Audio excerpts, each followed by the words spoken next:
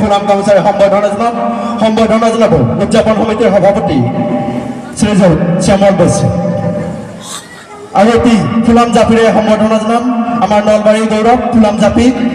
সম্বৰ্ধনা যাব উদযাপন সমিতিৰ সম্পাদক আনন্দ পালে।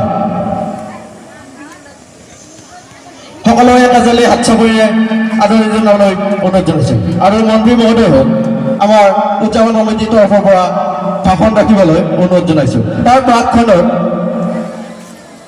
প্ৰাকখনত আমাৰ উত্তৰ নলবাৰী মণ্ডলৰ সভাপতি আমাৰ মাজত উপস্থিত আছে মাননীয় বিধায়ক তথা অসম চৰকাৰৰ মাননীয় মন্ত্ৰী জয়ন্ত মল্ল বৰুৱা ডাঙৰীয়াৰ সহধৰ্মিনী। আমি তেখেতকো উদযাপন সমিতিৰ তৰফৰ পৰা এখনি ফুলাম গামোচা আৰু এখন জাপিৰে সম্বৰ্ধনা জনাম। মই সম্বৰ্ধনা জনোৱাৰ কাৰণে কাৰ্যকৰ্তাসকলক আহ্বান জনাইছোঁ। আহা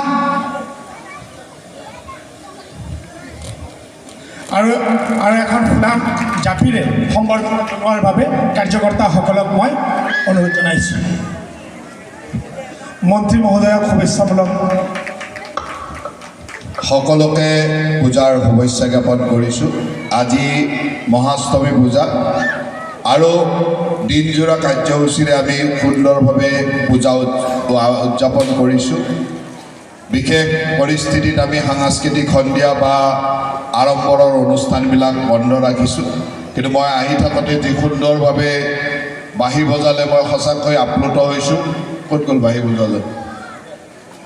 ভৱেন ৰাজবংশী ডাঙৰীয়াক মই বিশেষভাৱে ধন্যবাদ দিছোঁ।